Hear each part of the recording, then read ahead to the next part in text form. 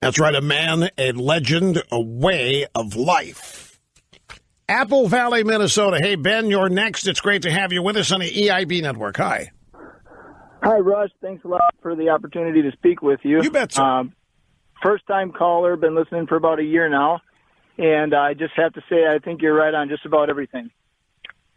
My question was, how do you think that the Republicans and Trump can manage to turn this whole shutdown crisis around on the Democrats? Well, you know, you've been listening for a year, and to be brazenly honest with you, we've been trying to strategize this and figure this out for 25 years, even longer than that. And the main thing we're up against here, Ben, to tell you the truth, is the mainstream media. The mainstream media is the militarized wing of the Democrat Party. They are all in on the Democrat Party. And the mainstream media literally passes along lies and misinformation. It's not just that they're biased anymore. They are active members who are pushing the leftist and Democrat Party agenda. As such, the American people who only read the New York Times, the Washington Post, watch CBS, ABC, NBC, CNN, MSNBC, read the Los Angeles Times or any number of magazines, Time, Newsweek, those people do not know anything you know from listening to this program. They only know what the mainstream media tells them. And from that, these polls are created. And there's one that ABC is running today that the vast majority of American people blame the Republicans if there is a shutdown. There were pre-polls on the tax cut plan. And in those polls, 76%, Ben, 76% of the American people believed that the tax cuts were only going to help corporations and would end up actually raising their taxes. It was a mind-boggling thing until we turned on CBS, ABC, NBC and watched. And we found out that's what they were being told. ABC, CBS, NBC, CNN, New York Times, Washington Post were reporting that the Trump/Republican tax bill was going to raise taxes for over half of the American people. The only people that would get a tax cut would be American corporations, and that money is never passed on to the American employee who works for the corporation or the customer. And I'm sitting here, I'm mind-boggled by this. I mean, common sense tells you that a tax cut means you'll keep more money, and yet the media had convinced 76%, if the poll was accurate, 76% of the American people thought they were not going to get a tax cut, and in fact thought they were going to get a tax increase. Now, the truth is that everybody, 80%, maybe even 90% of the American people are going to see much more take-home pay starting next month. And they already, many of them are getting wage increases and bonuses and expanded benefits. So the question we ask is, will they realize the media lied to them? Or will they just think the media got it wrong, or will it even register? Right now, and for every previous government shutdown since 1995, the media has gone into great detail to explain why it's the Republicans' fault. And the reasons are the following. The Republicans want your kids to starve. The Republicans don't want the poor to be able to access government services because the Republicans hate government. The Republicans don't care about immigrants or people of color because they vote for Democrats. And so as far as the Republicans are concerned, if they suffer, no big deal. This is what the media has reported about the Republican Party for as long as I've been alive. So coming up with strategies to push that back, the best chance that we've ever had now is Donald Trump. He's the first Republican to ever significantly, consistently, and with strength and vigor push back against it. I agree, and I hope he does. I think he always manages to find a way to win and turn the Democrat shenanigans against him. So, well, the thing about that is we all hope that, but we don't have any data that tells us this until there are elections. I don't know about you people, I don't trust the polls that are published anymore. as wrong as they were about the general election, as wrong as they were about the special elections that happened last year, the polls are nothing more than a tool for making public opinion. The polls are not taken to reflect public opinion at all. The primary purpose of polls is to depress and dispirit Republican voters by making them feel constantly like they're in the minority. The purpose of polls is to reinforce among Republican voters that there's no hope, that no matter what it might look like, Republican voters are a very tiny minority of the thinking in this country. So on the tax cut poll, going back to that, 76% of the American people think the Trump tax cut's going to cost them money. It's going to be a tax increase. Only businesses are going to get tax cuts. And, of course, they never share the money. It's an attempt, they said, to recreate the trickle down of Ronald Reagan, which, of course, only made the rich richer. So the truth happens, and we are left to hope that the American people realize they've been lied to. Now, there are polls on the public's opinion of the news media, and it's very, very low. But yet they still pay attention to them. They still watch them. They still listen. They're obviously still influenced by them. And, Ben, it doesn't matter what you read or watch. ABC, CBS, NBC, New York Times, Washington Post, USA Today, LA Times. It's identical. If you miss it in one, you can go watch the other. It's identical. The selection of stories, the treatment of the stories, the coverage of Donald Trump last year in the mainstream media was 90% negative. If you go, pick a website right now, pick it, CNN, MSNBC, pick the New York Times website, I don't care, pick a website, you will not find a link on today's FISA story.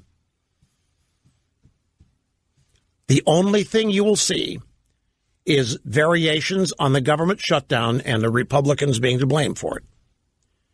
Or you'll see some other negative story about or attributable to Trump. And I don't care how long the list is, every story is going to be negative, inflammatory, defamatory, slamming Donald Trump and the Republicans. It's constant and it's oppressive.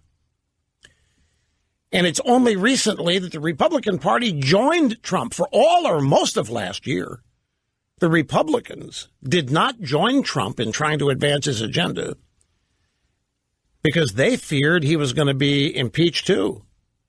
For most of last year, the Republicans believed the Trump dossier story. For most of last year, the Republicans believed that Trump had probably conspired with the Russians. They, too, believe the media. And it was only toward the end of the year when there became irrefutable proof that the Trump dossier was bogus. Only toward the end of the year did the Republicans in the House and Senate begin to join Trump in moving his agenda, and the tax cut was the first actual piece of legislation where the Republicans in Congress got with the president to advance his agenda. Because most of the year they were afraid to join or commit to Trump because they thought he was toast too. Because they thought he had colluded or conspired.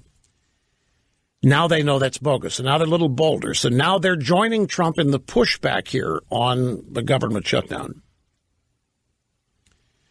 And the Republicans are trying. Ben, they're trying. Trump is trying. Mick Mulvaney is trying, calling it the Schumer shutdown. They are pushing back like we've never seen them push back before. What impact that's going to have, we won't know for a while. But it's a damn sight better than it has been. So the strategy, it's a long answer to your question, what will we do? But we're watching the Trump administration and the Republican Party basically get going on at least something to push back, where in the past they haven't even done that. Half my brain tied behind my back, as always, to be fair, to be compassionate, to be understanding, to give people hope. Sheboygan, Wisconsin. This is Ron. Ron, I have to tell you a story. I'm from Cape Girardeau, Missouri. And growing up, we had a local TV station, Channel 12 KFES, and the weather guy was a name named Don McNeely. Now, we're living in Cape Girardeau, Missouri, right? And he told us the temperature in Sheboygan every day. And the only reason is he loved saying it, Sheboygan. And so you're the first call I think I've had from Sheboygan in a long time. So I had to tell you that story. I'm glad you're here. What's up? Oh, that's pretty hilarious. Hey, Rush.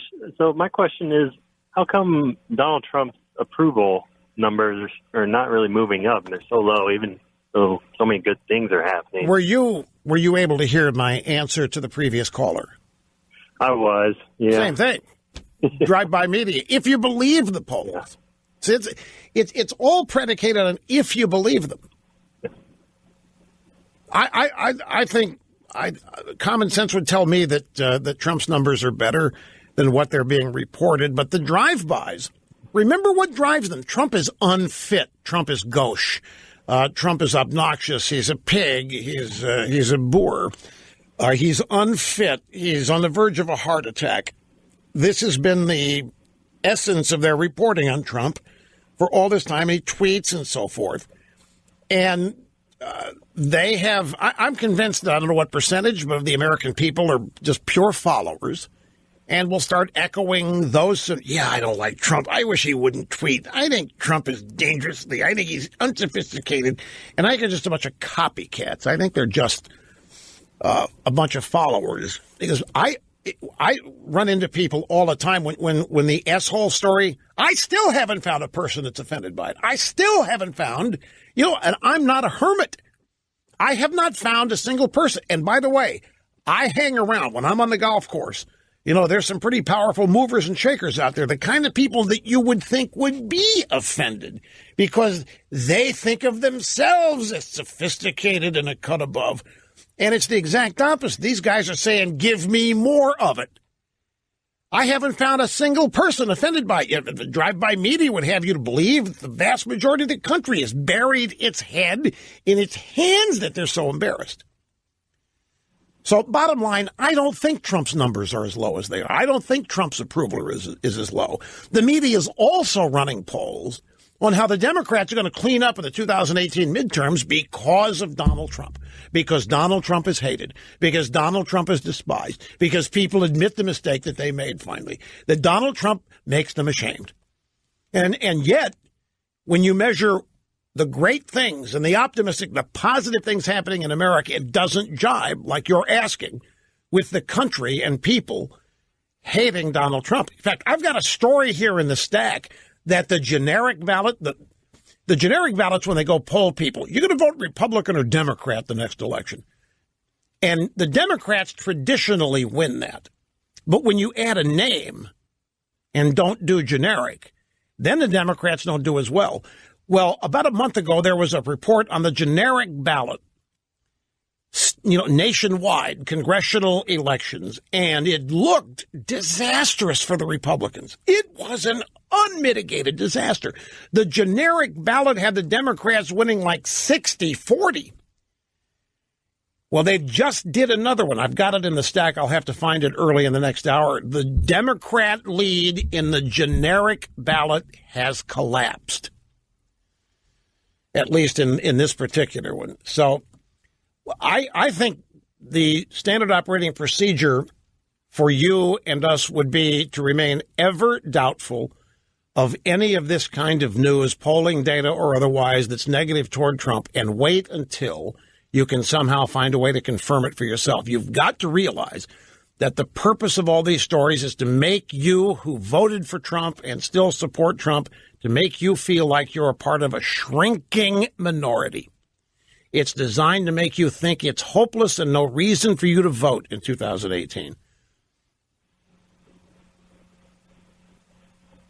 So I would say don't listen to it. Don't pay any attention to it. All it's going to do is frustrate you. All it's going to do is make you mad. And then you're going to say, what can we do to stop it? What can we do to reverse it? And you realize that there are a lot of people working each and every day to do just that. Like here. And in certain places at Fox News, and in certain other conservative blogs. And there are also conservatives that are also trying to destroy Trump. the now famous Never Trumpers. It's an ongoing battle every day.